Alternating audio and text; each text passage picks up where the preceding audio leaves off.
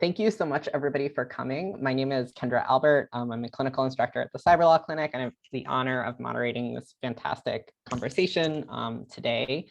So I'll just be sort of doing some logistics and then talking a little bit about how the event is going to flow, and then kicking it over to Afsana. But before we get started with that, as you probably know, sort of par for the course by now, this event is being recorded. I will probably, when I do the Q&A, I won't read the names of anybody asking the questions. So you can submit anonymously if you want, but I will read the question, but not the name.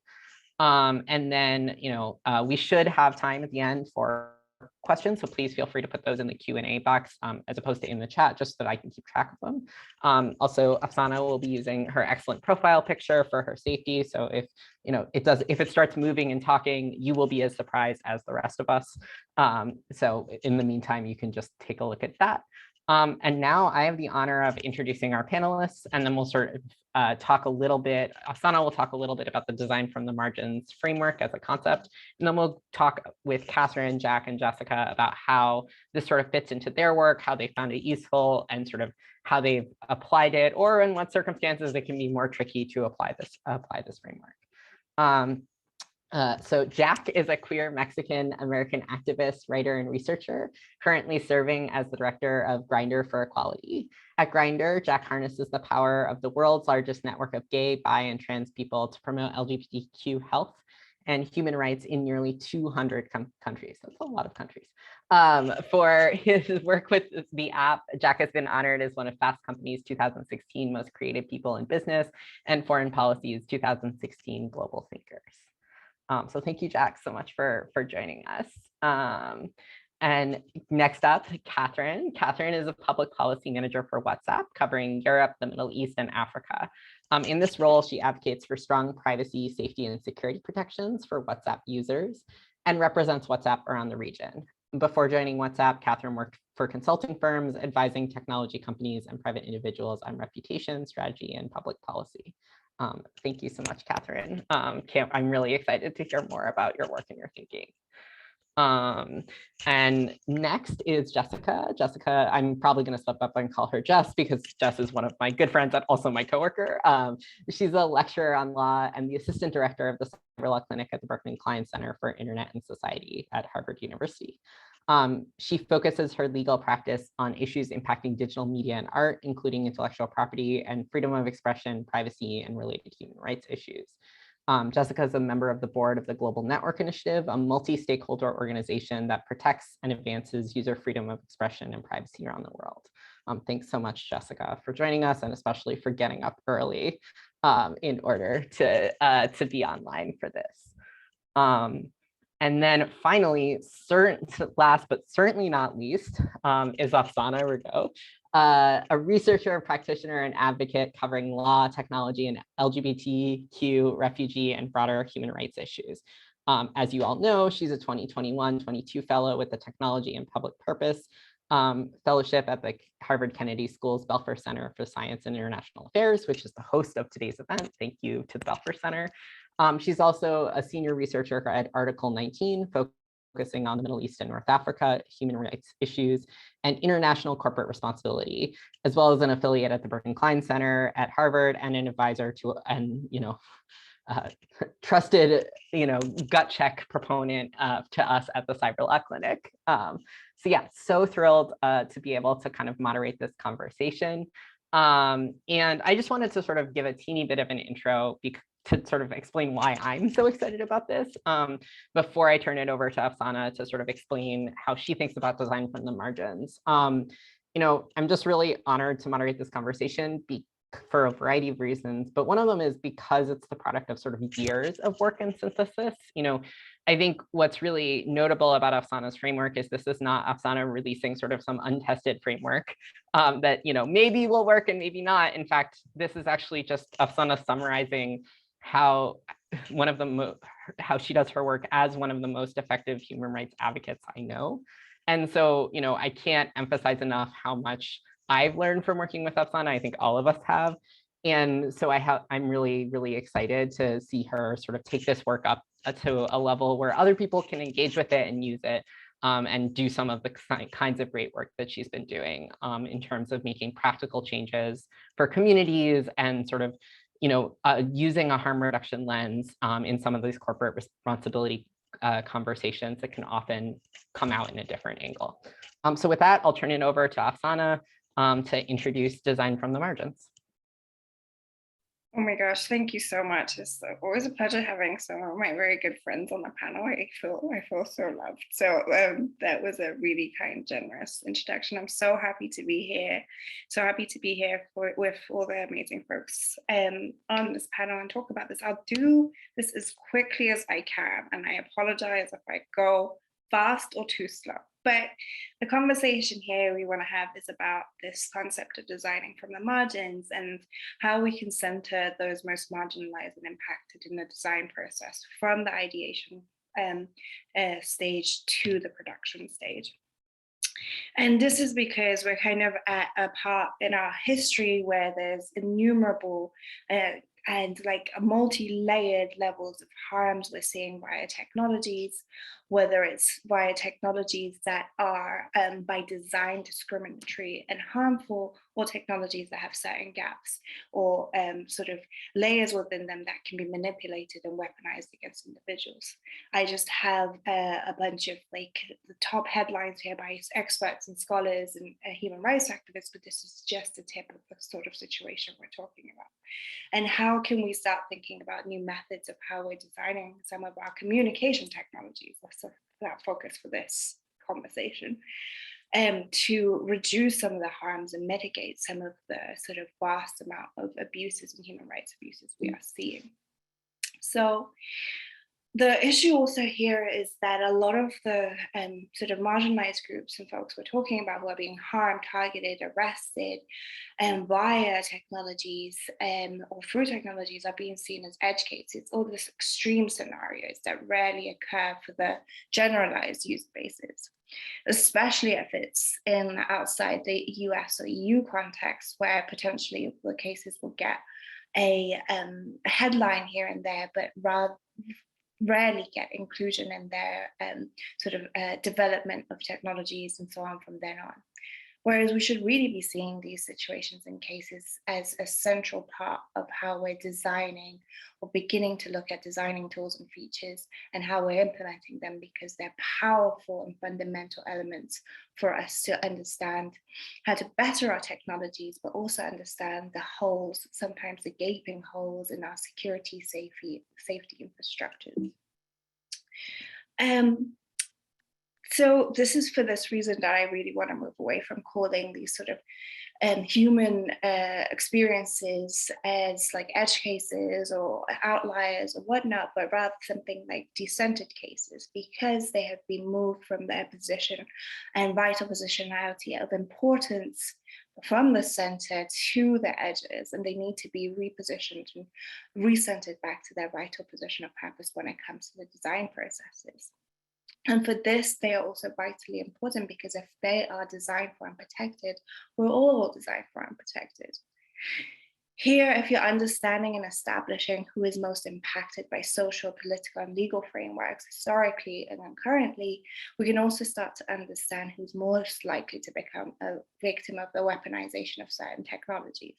And it's often folks who are most marginalized, who are most criminalized. And these are the people I'm talking about when I'm saying decentered cases. These are the types of cases we should be focusing on. So like you see these cute images here, we're talking about, currently the center, the major number of folks we're talking about are the general users. Then the next layer being marginalized users or users with specific needs who are generally protected, so have general social, political, legal protections if they are harmed. And then you have the other layer of folks who are the decentered cases, because not all marginalized folks are impacted or criminalized at the same level. They're the decentered cases who are the most criminalized, most marginalized. In each country and context, these groups will differ, and like the research and work around that will be very important. But understanding who the decentered cases are brings a really important understanding of the most adversarial effects on the most vulnerable and at-risk users, and therefore you understand the biggest and main security flaws in your models and general flaws in your models, and are able to navigate some of the most larger negative influences you could have on these users and general users at large. By working with the decentered cases, some of these flaws that would have generally been harder to identify can be identified. I'm not going to go into all of these cases because we have a lot of time to discuss some of them, but just to ground it in some case studies I really like. We have Catherine from WhatsApp here, we have Jack from Grindr here, but I want to quickly go into two examples, one from an example that we're going to look at today, and one from an example that's not covered in this research, but I think it's a really good one. For example, since 2015-16, I and a number of local organizations and international experts have been documenting the use of different technologies, such as dating apps, messenger tools, social media, by police and law enforcement in certain countries to identify, target, arrest, and prosecute queer people. And trying to find mitigating methods to bring about changes to support them based on what the communities and like the frontline defense teams have been asking for. One scenario I want to mention about how taking from the quote unquote extremes and giving it to everyone is really important is how the case of queer Syrian refugees in Lebanon who were asking for a way to obfuscate or hide the sort of icon of WhatsApp on their app was really important. They were being profiled because of their immigration status, because of their gender and sexual identity and how they presented at borders, at police checkpoints and police and army checkpoints. Their devices were being illegally searched, and usually they felt the most brunt of the legal repercussions of these cases. So the ask was, is there a way to hide the app in plain sight so we can maintain the app but make it look like something else? Which with work with other technologist groups, there's the Guardian Project, and our collaboration with local organizations in Grindr, we wrote about a number of different changes in security features, including the discrete app icon, where you can make the app look like a calendar or a calculator, or not. Jack can talk about this more. You know, no one's really that suspicious of a calendar. The tool itself became so popular that now everyone's using it. It's available free globally. And it's kind of one of these great signifiers of designing for those most impacted and then sending it out and kind of generalizing it for everyone for benefit. Another case I really like is the Airbnb case here, where in around 2016, 2015, I think it was around the same time, rampant racism on Airbnb was being documented and litigated against, because especially Black users on Airbnb were being rejected by numerous hosts at a larger level than anyone else. So to take some responsibility and accountability by the harms being caused, one of the actions Airbnb took was bring in experts like Laura Murphy and other experts, civil rights experts and race experts, to come in and look at what's going on the app. One of the recommendations, one of many, there were many structural recommendations. One of the recommendations was in instigating and initiating this instant booking feature on the app, to reduce the amount of options for profiling and rejection of profiles, and for users themselves to feel safe that they have been able to immediately book something. Again, instant booking, if you've used Airbnb now, is something that's regeneralized for everyone else and everyone's using it. Again, feeding into this concept that when you be designed for those most impacted, you benefit everyone. And it's this concept that, why would you do this when there are other priorities and profits? Because it works. It brings about innovation. It brings about more trust with user bases if you're actually effectively and impactfully designing for those most impacted, and you're bringing around robustness around your security and safety infrastructures, and for once not at the cost of those most impacted. Again, this is not a replacement for structural changes or the sort of bigger changes that need to be done, whether on the apps or broadly within society, but a harm reduction method for immediate needs of folks being harmed. And there is a need for us to keep pushing for more changes and more companies to be involved to understand that you can't continue to see the folks being harmed most as outliers. They need to be central in the way we're designing. And to finally land on the fact that this isn't really a new set of thinking. A lot of industries have this as their core infrastructure of how they build, from structural engineering, climate engineering to education and mathematics. Many base their sort of methodology of building what they're building based on the quote unquote extremes, because it works, because it creates something really powerful and robust. So the question isn't really, can we do it? Should we do it? Is why aren't we doing it more in our communication technologies? And I think this is where I want to kind of end and continue. Last shout out to the report that's coming out on the 14th of May at this, so for like the starting introduction to the ongoing draft of this method that hopefully we'll have consultations on, but Khadija, Zoya, Maya being wonderful research assistants that really helped get this initial report together with me, and Maria Lisa, the wonderful visual design lead on this that helped work with me to get all of the designs together. So a shout out, I think some of them are here today. So that's that. I'll stop there. Hopefully we can chat about all of this stuff more together. Amazing. Thank you so much, Afsana. Yeah, I feel like this is, that was a perfect teaser for the report. So, everyone will just have to wait, another month or so. I know I will be on the edge of my seat. But I want to sort of kick it over to Jack and Catherine to talk a little bit, some examples from WhatsApp, from Grindr are highlighted in Afsana's presentation. So I'd love to hear kind of y'all's reflections on how you've thought about, design from the margins, how it's influenced your thinking and your work in sort of deploying these technologies. Catherine, you're welcome to start if you want to. Well, I think that Afsana did such a good job of introing, what it's been like at Grindr. I think the thing that I'm the most proud of is that we've really been able to make that leap between focusing on the most marginalized folks, but then seeing how that opens up possibilities for really all of our users. And, in the case of Grindr, it is,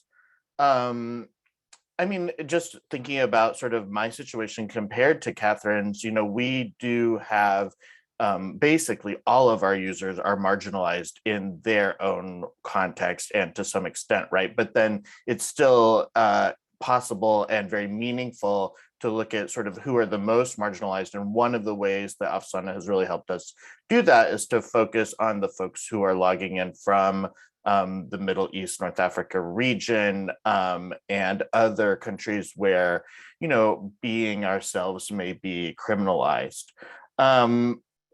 But yeah, I think that what's cool is that it very quickly has been applied to everywhere. So in the case of the discrete app icons, you can use that anywhere in the world, and regardless of whether you're a paying Grindr user or a free Grindr user. And, I certainly get the question often of sort of, does this get pushed back? Does this, is it easy to convince folks internally how important this is? And I do feel like, of course, we've had all kinds of conversations internally, and it's important, I think, to have different perspectives at the table. But I would say that for us, being a minority-centered company, it always has made a lot of sense. And it's just been sort of a matter of where does this fit into the roadmap, not sort of should we be doing this or should we be thinking about it this way. And I think I should probably also just end that first question by really thanking Afsana, because really so much of this has been possible because of her research and her connections in the region. And, I can just say for me, I started this job in 2015 and I had an email from her in my email inbox the first week saying, do you want to work on this with me? Do you want to talk about my methods? And I'm so thankful that I did. So very glad to be here and very happy to have received that support. Can I ask one follow-up question on that, Of Jack, before we course. go over to Catherine? So Please do. have you heard about sort of use cases where folks, you've said that the discrete app icon has gotten wide scale pickup. Have you heard about use cases that folks have told you about where folks are using it outside of the Middle Eastern and North Africa? Oh, Like, could you talk a little bit certainly. about that? Well, I think that, I would say that I hear about kind of two different ways that happens. On the one hand, I think there are folks who really are in kind of an equivalent amount of danger, even living in the United States. Maybe that's specifically because of the nature of their family or sort of their workplace that they may be, I talked to one person who is Egyptian American who sort of reported that their feeling about their own sort of safety situation wasn't significantly different than when they were living with their same family in Egypt, because they felt like sort of the primary potential perpetrator would have been their parents. On the other hand, I've heard about other people living in the US, in Europe, in Canada, who maybe don't have quite the same threat level. Like what the worst case scenario for them could be might not be the same as folks who are living in a country where they could literally be put in jail or put to death because of their LGBTQ identity, but that it still made a really big difference to their mindset, made them feel more comfortable using the platform. And honestly, when I'm trying to sort of sell something internally or talk it up, the idea of making the users feel more comfortable is certainly people like that internally and externally, as you can imagine. So I think it kind of goes both of those ways. People who are really in danger and really at the margins, even though they're not living in the countries in that region, and folks who maybe aren't, but that it still is really meaningful to them. Yeah, and I really appreciate you highlighting that, right? Which I think there is this way in which you can sort of think of like, oh, the most marginalized are in these particular countries, but of course it's always more sort of complicated and nuanced than that. And also that like, yeah, how people feel about the app and their safety matters, even if they're not at the same level of risk as, someone who's in a different country. Awesome, thank you, Jack. Yeah, Catherine, sorry to not get to you right away. I'd love to hear about how you thought about this work at WhatsApp and how it's changed how y'all are approaching kind of some of the security questions that you're handling from on the like sort of messenger side. Yeah, absolutely. Thank you. Well, I guess I'd echo Jack's points as well, like the way, like huge gratitude to Afsane for the way she's structured the work and done some incredibly groundbreaking research. And I think the really powerful thing about the report that she's produced is how it puts words and a framework to a kind of a mindset that does exist within WhatsApp, but that hadn't been articulated in such a clear way. And also the recommendations are so practical and tangible. And I think like for us, this idea of designing from the margins resonated instantly. And the idea that if you build with the most marginalized or at-risk groups in mind, that you benefit everyone. And I think probably the reason for that is like WhatsApp, the idea for WhatsApp actually came from the margins. So Jan Koum, who founded WhatsApp, had grown up in Ukraine, where calls and messages were routinely surveilled by Russia. And he actually wanted to create a space where you could be private and secure in the knowledge that no one was listening in.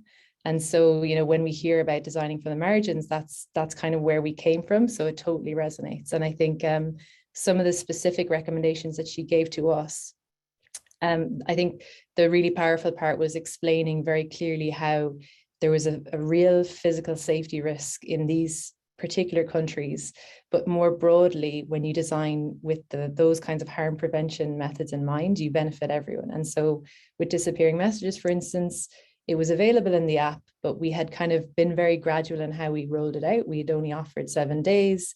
Afsane's recommendation was around more granular timings. And so we had feedback from a number of different groups, and following Afsane's report, we introduced more timelines for people to choose their disappearing messages, 24 hours, 7 days, 30 days, view once messages, and also an option to make it the default across the app. And I think the impact of that was like very clearly that there was huge uptake in disappearing messages following those changes, not just in one part of the world, but everywhere. And, you know, even in the last few months, like we hear stories of it being essential in Russia and Ukraine, where people are really conscious about their private chats kind of being used against them. And even in kind of very everyday examples, like, you know, ordinary WhatsApp users who just don't want their photos and their bank details to hang around forever. So I think that has been, I can't echo Jack enough in saying that the way Afsane's kind of structured the thinking has made it much easier for us to explain this internally. Amazing. Thank you. And I really, Catherine, I really appreciate your point about defaults, right? And I think that's in some ways one of the really like, you know, impactful sort of changes that the design from the margins frame does, is that, hey, actually the defaults should be most protective of the folks on the margins, rather than sort of suggesting that like, oh, well, you know, if you go through 18 different settings menus, you can probably find the thing that will protect you. Not that I've ever been in that circumstance. And it just reminds me, there's a, you know, my former colleague, Jonathan Zittrain, always used to say like small fences keep in large mammals, right? About the power of sort of default settings, which always just, it just makes me think about how, you know, yeah, how it is such a powerful thing that, you know, folks who are building technology can do.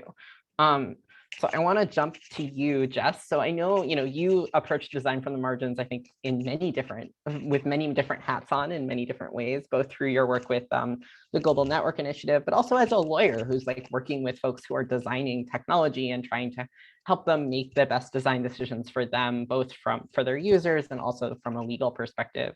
So I'm wondering if you could talk a little bit about sort of how you've thought about design from the margins in your work and how it's sort of come up for you and shaped your practice. Yeah, thanks, Kendra. So happy to be here and to hear Catherine and Jack about your incredibly productive experiences with this methodology. I think it's been very similar in my work, although I'm really differently situated. So Kendra and I are colleagues at the Cyberlaw Clinic at Harvard Law School, which is essentially a small pro bono law firm, where we like to say we have like 45 staff and 40 of them turn over every semester. And those 40, of course, are our students, right? So we have a kind of double bottom line situation where we are providing pro bono, so completely free, really excellent client services, excellent legal work for our clients. But we also want to create opportunities for students to learn. And that, you know, we supported the production of Afsane's 2022 report, Digital Crime Scenes, from when she started her Berkman Klein Fellowship. And all through that work, I actually saw something really strong and really special in the work and in the methodology and Afsane's approach to her work that I was just thrilled to give students the opportunity to engage with. And that is that Afsane is not only focused on the output, but also on the process. So the way that she engaged with the folks in the communities that she was working with in Egypt, Tunisia, and Lebanon for that report, and really had them be, you know, sometimes these were people who were essentially just like going to get, you know, they were essentially like the couriers. She needed someone to go to the court to get the case files and then send them on to her. Many other researchers would have approached those people in a really transactional way. For Afsane, those were deep, thick relationships, and those thick relationships informed how good the research was, because the insights from those people who became close colleagues and friends made the research better because their experience informed the reading of those case studies. And it is just a joy. I mean, we are trying always in our work to kind of model for students not only a professional experience, but a professional experience that looks the way we would want it to in the kind of best case scenario. And to let students in on this type of process, on someone whose work is so principled and so impactful, was just really special. So that's one thing I wanted to highlight. Another thing that I think is really special is the way that this work kind of explodes things that we think of as binary choices. And it does that in a couple of ways. one is really evidenced by the composition of this panel, right? I think a lot of times in digital rights work, we think about companies as being on one side of the table and civil society advocates on the other side of the table, and that the only way for them to engage is to butt heads, right? Civil society has problems that they're focused on and the company's fault. And the companies are like, well, civil society just doesn't understand what our, underlying motives are. And Asana, in part through that kind of thick, thoughtful research, has been able to find these ways to expand the pie, right? Where actually the same thing that is good for the communities that civil society is advocating for is good for the company's bottom line, right? And that's the great insight of design from the margins, which I think, is one of those ideas that, although, Asana is one of the first people to really put it to paper and to articulate it in this brilliant way, it is also so intuitive. Like, I think of the metaphor that comes to mind for me is that we don't think, when architects design buildings, like, we don't think of like earthquake protections as like a nice to have, like, oh, we'll get to those eventually. Like, we're designing for the main use case, like all those days when like there isn't an earthquake. So like, it's fine, right? But instead we ask that architects design buildings that are going to survive earthquakes, even though earthquakes are a decentered case, an edge case, right? And that those things that they have to do that have probably advanced engineering and produced new insights.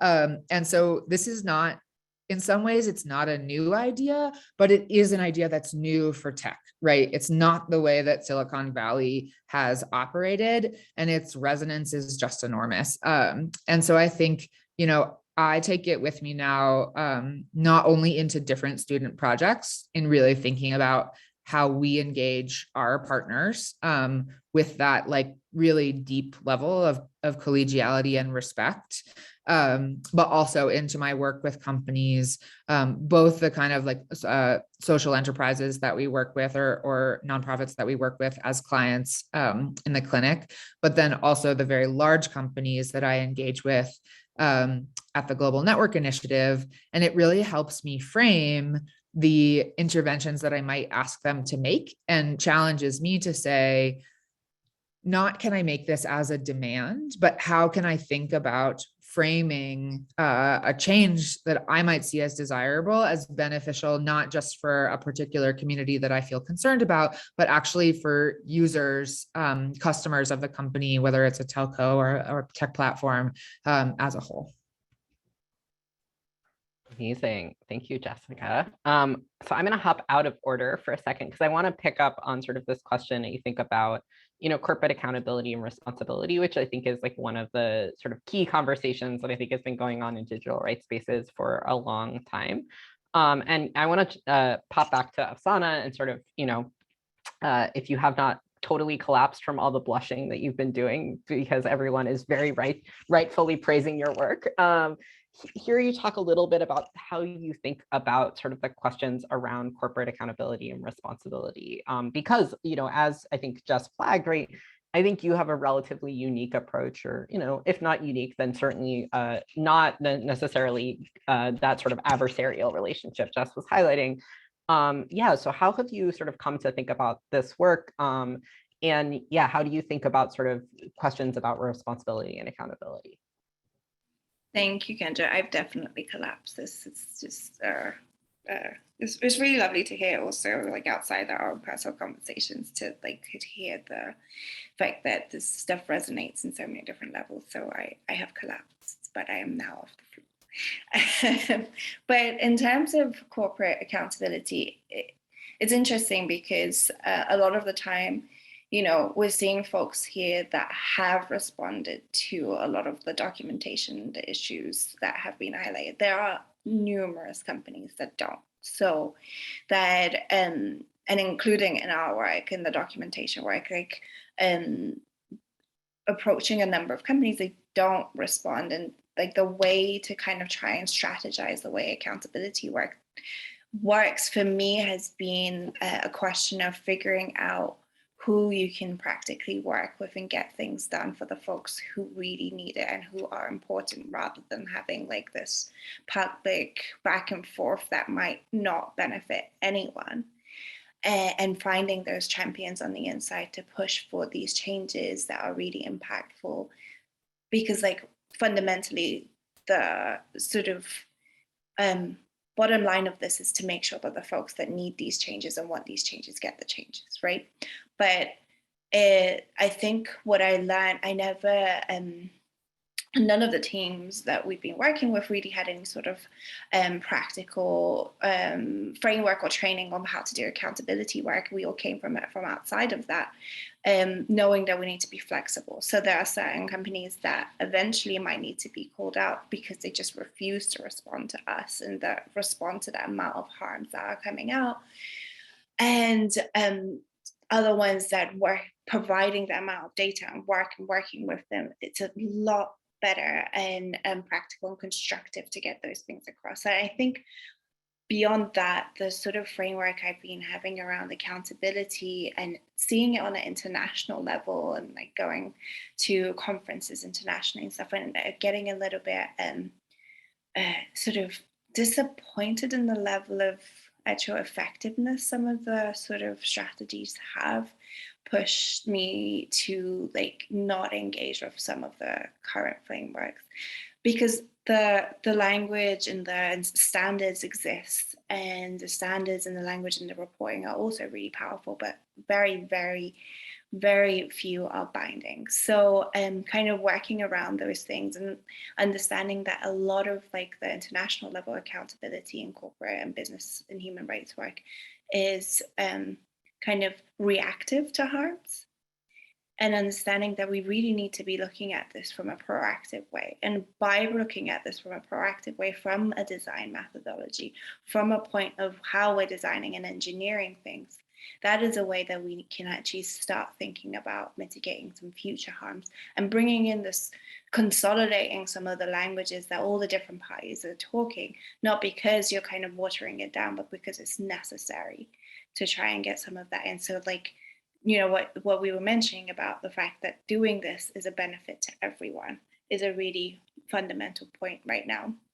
And I think it's something that I tried hard to fit in. So when it comes to corporate accountability work, I think effectiveness and actually getting what things people need was really the point of it, rather than a structure that provides for a nice, I don't know, headline here and there or something, was never a part of the process. Although I need to point out, there's going to eventually be a point where some of the companies that refuse to take any responsibility for some of the harms, we do have to talk about them a lot more publicly. But thankfully, some of the major ones have been big partners. And I think this is I'll end here. I think this is a really big note I want to end on here.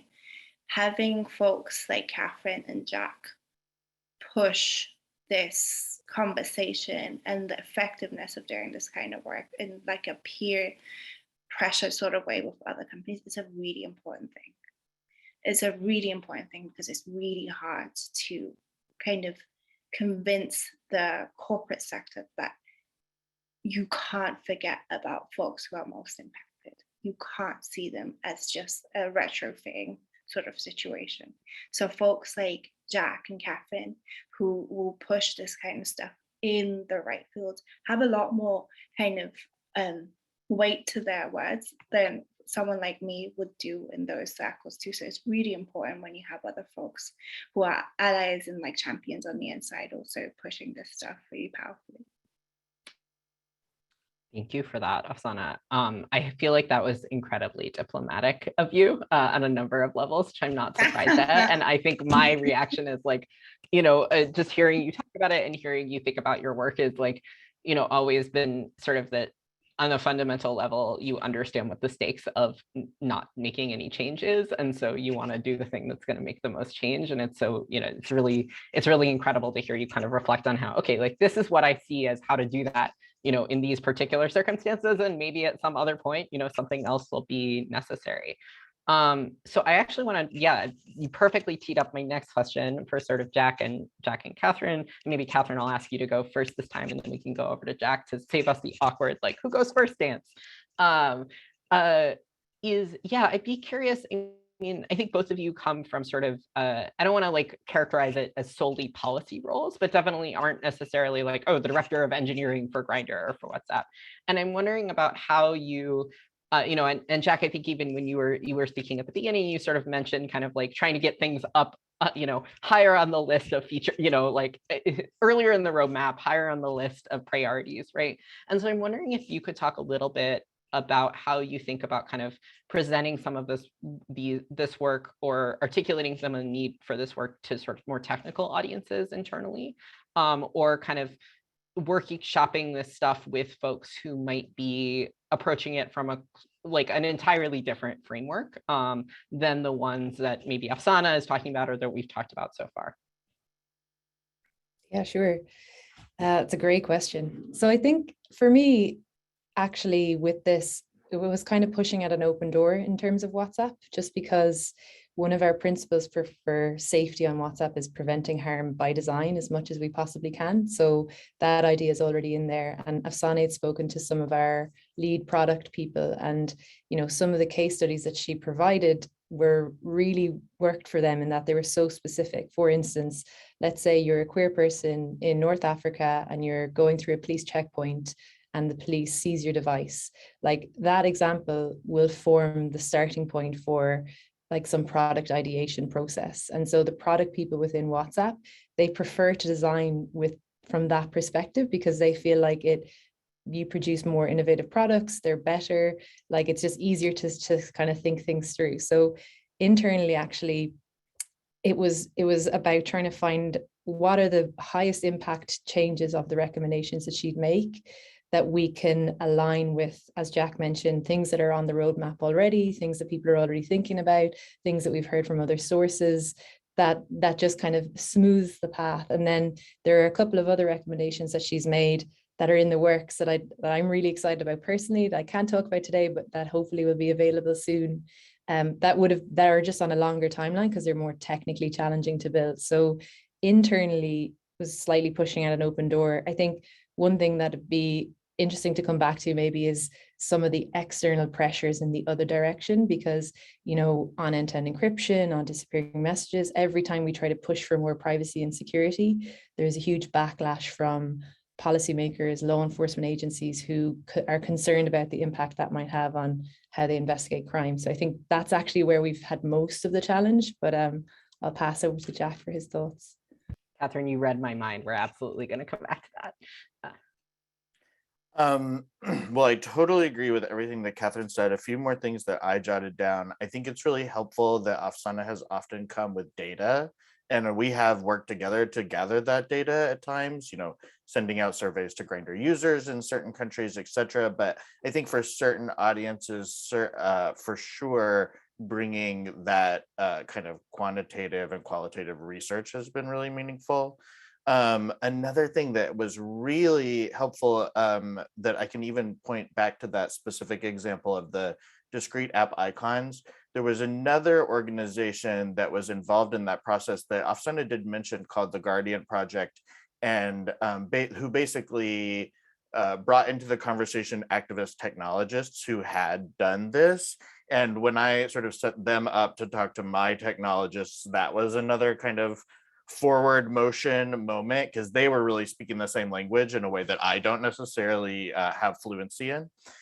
And then the last thing that I just wanted to say that I think is kind of a weird one, but that I think is really worth mentioning is that, you know, certainly I work with a lot of technical folks who think about all of this stuff very differently from me, but you know, I think it's been really important for me to remember that they're also just people, and I have really tried to I call it the charm offensive. Like I've always tried to just really build real relationships with my internal folks. And, you know, there have been people who I just was nice to for several years. And then eventually they were in a position to execute some of these asks maybe a little faster than they would have otherwise. And I really believe that some of them did it for me, just as a friend. And I think that that is, you know, maybe that's not sort of a policy. Maybe that's not something that we can talk about as like policy related, but I think it's been really useful for me. And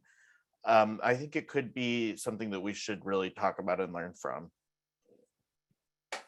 Yeah, I think that it's such a good point, right? You know, fundamentally, you know, people are people, and like, you know, figuring out how to talk to them in ways that they can understand and get their questions answered, and also, yeah, how to build, exactly as Jess was saying, right? You know, the types of thick, meaningful relationships that actually, you know, create those conversations that, hey, if you are getting pushback, you can really sit down and have a conversation about where it's coming from and how to address it, as opposed to it just feeling like a hard no. So I feel like we, you know, in some ways I've been dodging the Q&A questions about like barriers, because I feel like y'all have been talking, I think, about how, you know, part of the reason you're on this panel is because the organizations you work for have been incredibly supportive of some of this work. But I want to come back, Catherine, to your point about sort of overall kind of policy pushback, but maybe bring Jess into the conversation first about sort of, you know, how, like, having worked on the 2022 report, having sort of seen some of Afsana's process, and sort of seeing, I think, the general framework of corporate social responsibility, corporate accountability, how have you thought about sort of barriers to these kinds of frameworks? And so, you know, I'd love to hear you talk about that. And then I'd love to, Catherine, go to you to talk a little bit about the policy environment for some of these sort of security and privacy changes. Yeah, so there's a wonderful Harvard Law Review essay by the scholar Chinmay Arun, who's at Yale Law School, called Facebook's Faces, that talks, and I think a really helpful way, about the different interests and different groups of folks inside of large technology companies, right? So we have the product teams, we have the advertising teams, we have the corporate social responsibility teams, right? And each of those teams has their metrics for success. And so I love that paper, because I think that it makes a point that I have been trying to make at the GNI and elsewhere for a long time, but just better than I ever could have, which is to say that, like, I think lots of times when the instinct from a corporate social responsibility perspective is to say, like, oh, we need to push back against this company. Actually, I think very often what we need to do is find better ways to support the Catherine and Jax within the company, right? So I think a lot of the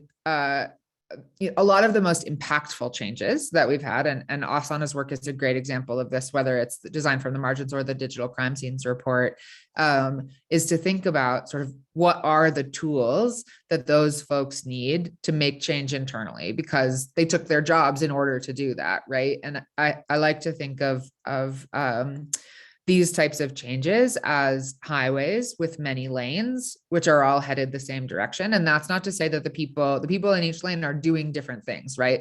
Some of them are trying to move the Overton window and really push for things that are kind of outside what would be considered like doable at the moment. And others are, working internally to companies trying to make incremental change, but change that's nonetheless, impactful on that person who is going to have to go through a checkpoint with their phone. And it makes a big difference if their app can look like a calendar app instead of a highly recognizable logo, or if their messages have disappeared. And so, I think about that lesson from this work, from a corporate social responsibility perspective, which is to say, like, if what Jack says he needs is the data, if what Catherine says she needs is the really solid case studies, then that's just such a productive way to engage, because researchers like Afsana are well positioned to deliver those things. So I think that's a big piece of it. I think the other thing that was coming to mind as I was listening Jack talk about his Grindr charm offensive. And Jack, I must say, you're just very well positioned to execute that charm offensive. You're just naturally a charming person. But I think that a lot of times what's really happening is that, and I think, this is a lot of kind of like, we can trace this back to the sort of like the original sin of like designing for the general user, is that folks in, starting tech companies saw themselves and people that they knew as the general user. So they were relying on their self-knowledge and their existing thick relationships to define the relevant use cases. And so actually a lot of what we're doing when we're thinking about serving broader communities is helping people who are in those kind of product roles better integrate the experiences of folks who are less like them, so that they can instinctually prioritize that stuff, right? Rather than having some kind of like tailored directive coming from the outside, it's how do you help them understand it from the inside? And so that's another way in which I think this like, power, it's not practical. And frankly, like, I don't think for many of like the more marginalized communities that we work with, we would like necessarily want to like parachute in a random product person from a tech company to try to get them to be friends with that person. I don't think it would go well for anyone. But folks, doing the work like Afsana's doing from Design from the Margins, and doing the work like Catherine and Jack are doing inside of their companies, puts us in this really powerful translational role where being respectful of the time of impacted communities, and with knowledge of the like metrics and other sort of responsibilities of the product folks in the companies, we can actually like tailor those communications and make them happen in ways that are maximize benefit and minimize harm. Thanks, Jess. Catherine, yeah, I'd love to hear you talk a little bit about how sort of external barriers or pushback, if you would be willing to, because I think that is top of mind for a lot of folks who are considering rolling out certain kinds of security and privacy features right now. Yeah, absolutely. And so I think specifically like end-to-end encryption, disappearing messages, and some of the other kind of pro-privacy features that Afsane has recommended in her report, every time we try to push further in that space, like we will get a huge pushback and a huge backlash from law enforcement agencies, from child safety advocates, policymakers who basically say that this is going to blind us to other types of harm. And I think that the way we think about it is these tools are essential to keep everyone safe.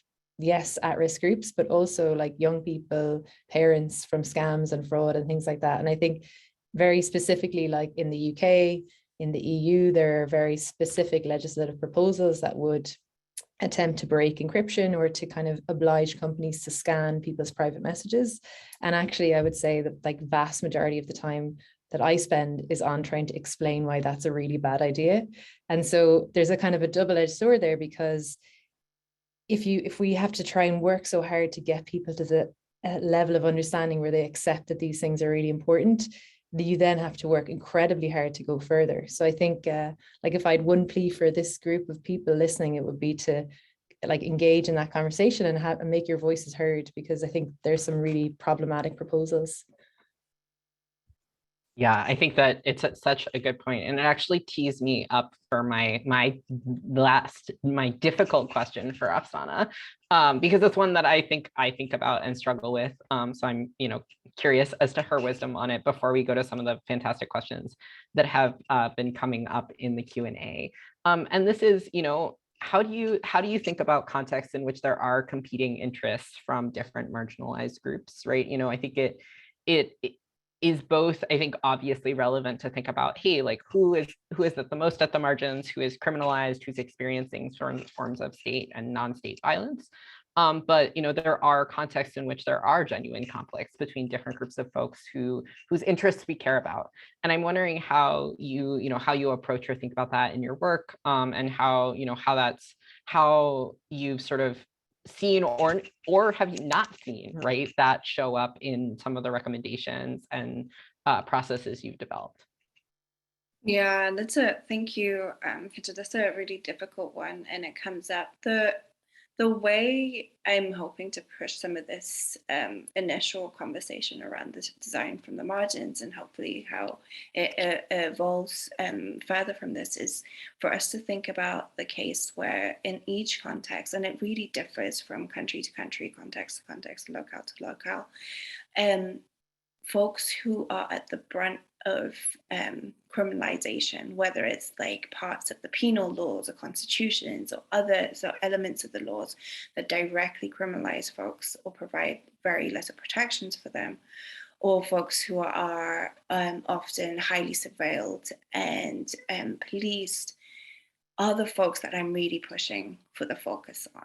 Because yes, there are loads of different sort of groups of people and communities who are impacted in different ways, and the conflicting sort of priorities will come in, where, for example, a certain group will be like, actually, we want more data so that the police can investigate X, Y, and Z, whereas that level of access to data provides innumerable harms to the folks that have very little protections for them. So I'm trying to like push for this understanding that because certain groups might need a certain, let's say, infrastructure that might go against privacy and security features, we can't just bulldoze over the folks that have no protection systems and will be really massively harmed. And also pushing to the notion that there are other ways that folks who are being harmed in these sort of instances can have their issues and cases investigated without us creating massive holes in our security and safety infrastructures that affect those people that are otherwise criminalized in a way that has no other protection. So I've been trying to, of course, I hope like after this initial version comes out, I'll be doing more consultations and conversations about all of this. But part of pushing design from the margins, and linking back to some of the questions here, is that there are so many groups, especially when we're talking about criminalized folks, when we're talking about distance, when we're talking about marginalized groups, often don't have this opportunity and access to talk to the companies, to the organizations, to get these issues forward. Kind of which is always played on my mind, because there's only a few folks who can like gather all of this information, synthesize it, and push it. It shouldn't always be like that. And part of this kind of push that we need to really, really talk about how we restructure thinking about designing and developing and engineering from a stance where the folks who are most impacted are centered, and therefore there's resources, the sort of focus, the structures, look at and identifying and talking to these folks is the next step. Because like folks in the questions are mentioning, some people don't have access to show like the impact some of their communities might be under. The international context often become kind of invisible in this conversation. So part of that is, one, kind of connecting to the organizations that can bring that sort of power and platforming to you and provide that information to the companies, one. But two, kind of pushing for a restructuring how we see these things so that it doesn't have to be such a struggle. And I think in that also we will probably start to kind of push back against some of the arguments that safety and security features for folks who are most impacted is a harm for society, whereas actually no, it's something that benefits everyone in very different contexts. And we have other tools. I mean, I think I've gone on about this so many times. The thing I saw in the digital crime scenes report is that there are so many tools in the arsenal of law enforcement that they use and deploy to prosecute folks. None of the things that we were seeing here require them to do mass surveillance or use sophisticated technologies.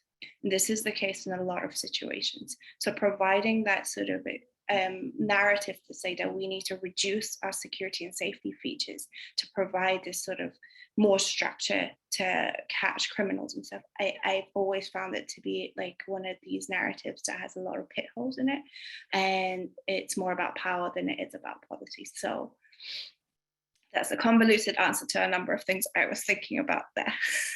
I'm just, A, I don't think that answer was convoluted, and B, I'm gonna just take it's actually about power and not about policy, and just like put that on a giant, like write it in paint on my wall. I think Harvard might object to that, but it's fine. Whoever has the office next better believe it too. So I thank you, Afsana. And I think that I really appreciate you sort of taking up one of the questions we see in chat or in the Q&A, but I actually want to put it on the table more directly because I think Jess already gave a little bit of an answer. I think Catherine is typing, but I want to just read it out so folks have a chance to respond to it. An anonymous attendee asks, what tips do you have in bridging that communications gap or barrier between marginalized groups and corporations when we don't necessarily have the backing of organizations like Article 19? The attendee says, we usually end up being left unseen, which emboldens companies to claim enforcement errors instead of seriously paying attention to our issues. And I think the other reason I wanted to tee this up, it's a great question. I think also, Afsana, to your point, I think one credit to your work is the way you focused on folks who are criminalized. And I think that that has been a context in which, having done some work with sex worker colleagues and comrades, like it's been, there are historical barriers to kind of folks getting taken seriously. And so I'd love to hear thoughts from anybody on the panel about kind of how to think about bridging those gaps, or what tips or approaches folks might use. Well, one that just comes to my mind, I think that, when you said, Kendra, that it probably doesn't make sense to drop product people in other contexts and just hope they make friends. I totally agree with that. I think that when Grindr hired me, I do think they intentionally picked someone who came from a social justice movement with the idea that even though I represent, in my personal identities, in my body, I represent some marginalized identities, and then certainly there are others that I don't, but that at least having been in this movement and trying to recruit someone who was from that background rather than maybe from recruiting someone who had a corporate social responsibility background, they were hoping to get someone who could make these deep relationships. And of course, I'm biased, but I think that was a good idea. And maybe that looks different for some other companies. Like for us, it's so clear. It's like our users are LGBTQ, get someone from the LGBTQ movement. I don't know if that's sort of as easy to do for other companies that have a more general audience, but I think that it's a really good idea. And I think it's been really useful for us. I would just add to that, I think I have to acknowledge that it's definitely, it's more difficult when you don't have the backing of an org like Article 19. I think that's a fact. And it is unfortunate but true. But I think the first thing that came to mind for me was really people power. So, if there's one of you raising an issue, that's more easy to ignore than if there's 50 people, 20 people, 100 people. And actually, ironically enough, a lot of the companies that you might want to raise issues with provide tools to organize and build communities and kind of come together and amplify your voice. So really, I think we've seen a lot of examples of a groundswell of a movement kind of bringing a lot of change to bear on big companies. So I think that's one route to do it. But the only thing is, Jack's point about relationships is again, super obvious, but it really is true. Find the right person in the org and seek them out and try to build relationships that way. I'm going to take off my moderator hat for 30 seconds and just say, I think I wanted to build on what Jack and Catherine said, because I've done a fair amount of work in sort of related spaces. And I do think that one org that I think really pops to mind as having done this really successfully is an org that I'm biased on because I work with, called Hacking Hustling, that's done a lot of post-FOSTA work on sort of sex workers and online deplatforming. And I think, they both have, I think, focused on producing research, but also on sort of building connections with folks who are aligned in movement spaces. And I think that, even if you don't have the backing of an organization like Article 19 or the Cyberlaw Clinic or Grindr for Equality or whoever, right? I do think there are, if you can find folks who you think are movement aligned and ask them for particular forms of support, whether that is, hey, we're not asking Article 19 to produce a report, but do you have a contact at this company that you might be willing to introduce us to, right? So thinking about, you know, there are certain forms of structural support that are harder for folks in positions where they do have those relationships to provide, you know, a full-on report, financial resources, sometimes that kind of thing. But introductions or connections can be something that folks can be helpful with. All right, moderator hat back on. Enough from me. So I would love to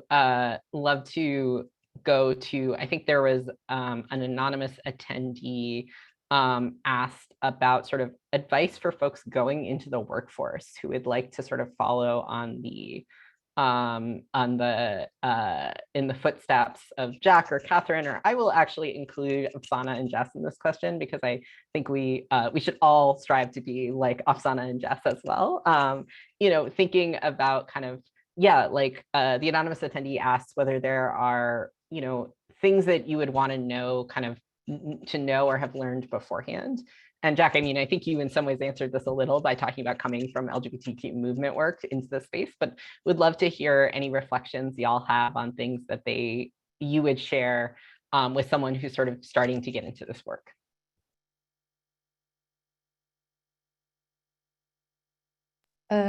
Jack, okay, I'll go first. I think for me, my experience was at the start of my career, you have to be the expert on as much as you on the thing that you're the expert on. So when you start to get more senior, you can kind of be skimming the surface and being the helicopter view. So for me, I found that if you find a couple of issues that you just really care about or interested in or fascinated by, and you want to get to the bottom of, whether it's across tech policy issues. So it might be, for me, I was really interested in encryption and privacy and security and how important that is. So that was something that I kind of followed. And I think if you find some issues that you really care about, become the expert in them. And then the route I took was by going into consulting first. It meant that I could have easier access to some of the companies that I would like to work for. And by becoming an expert on some of the issues that were important to them, it just meant it was easier to kind of make that step. But yeah, I'd be really curious what the others say so that I can consider my next career move.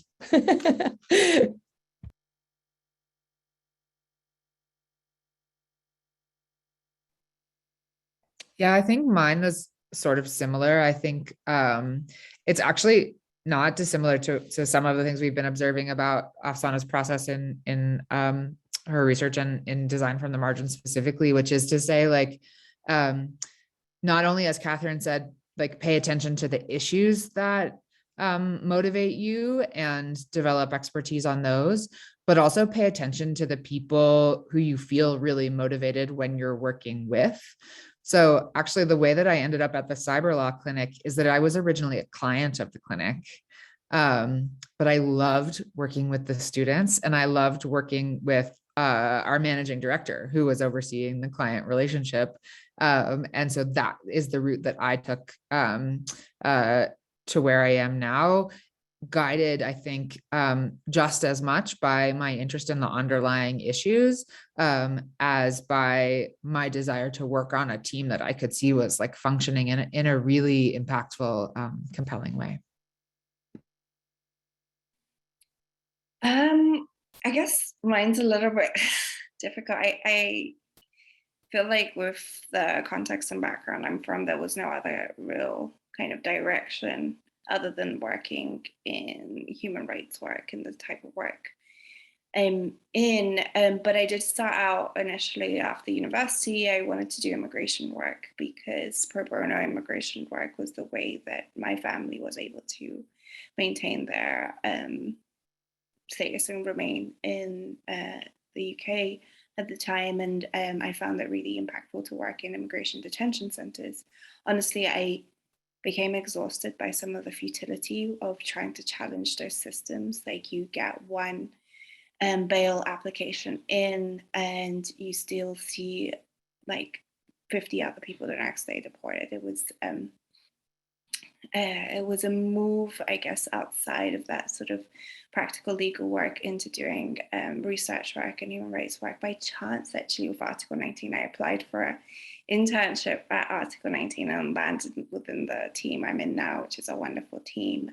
of experts looking at the Middle East and North Africa, particularly with like Iran's cyber policy issues, with someone like Mahsa Ali Madani that's amazingly smart and like highly achieved in the group. So I'm very lucky. I think by chance I landed in some of the Article 19 work.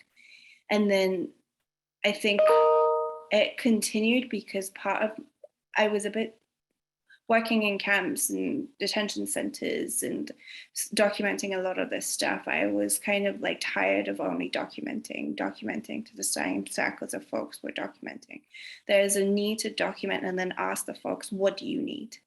And I think I might have picked up some of that what do you need perspective when I was working in detention centers or camps. Like, what do you need? Is it like food? Is it like internet access? Is it like cars, whatever? What do you need? We'll get that done, was like an important aspect of we're documenting now what's needed next and kind of formulating this aspect of, right, the documentation needs to fulfill something more practical. So we're not kind of just talking to the same circles. And I think for some people, the kind of context and backgrounds they come from makes them activists or human rights defenders by default, and you have to be. And I think if you're from that context and you're doing and you have to take up so much of like that sort of brain and emotional capacity to do it, you're going to end up doing it anyway and probably better than a lot of the folks around you because you know exactly how it feels.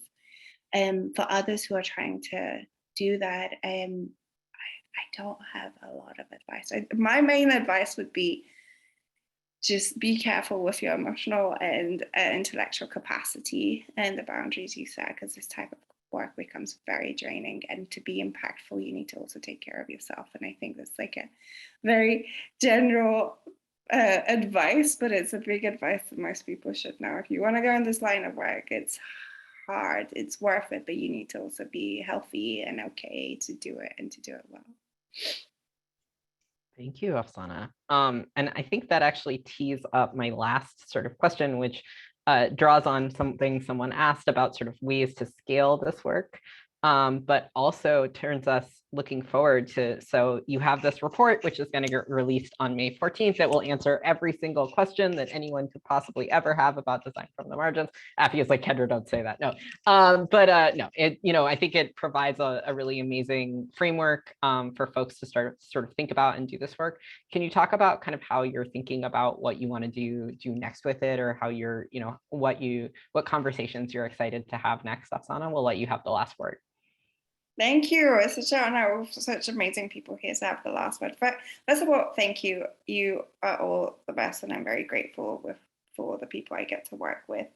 And I know the context is difficult. None of us work in institutions or organizations where we agree with everything that happens. So the things that we move and the things that we manage to get through are still very important.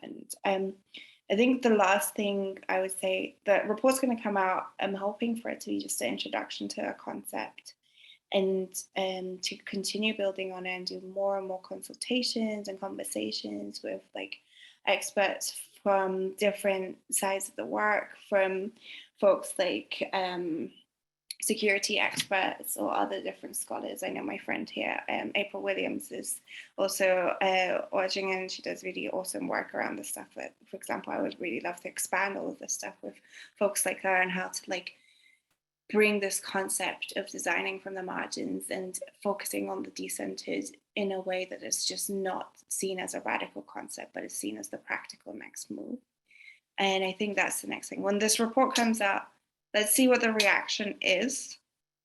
And then from there, take it on and hopefully build on it, have some trainings, consultations, and I hope to continue doing some of the documentation work on top of it, because that is really, really, really important. So do message me and ping me if you think you need some organizational links and contacts like Kendra mentioned, and you need to be connected to folks to have some of those like big organizations back some of the issues you have. I might not be the person with the mandate to do it, but maybe I know someone that is. On that note, thank you so much, Afsana, Jack, Catherine, and Jess for being part of this conversation, and thank you, Afsana, for all your like incredible work that has brought us to like being able to have this conversation about sort of your approach. Can't wait for the report release and all the amazing things and additional conversations and reflections that will come after. And have a great day, everybody. Kendra, thank you for this moderation. You are like an incredibly insightful and amazing moderator. So thank you for that. Bye, everyone. Bye.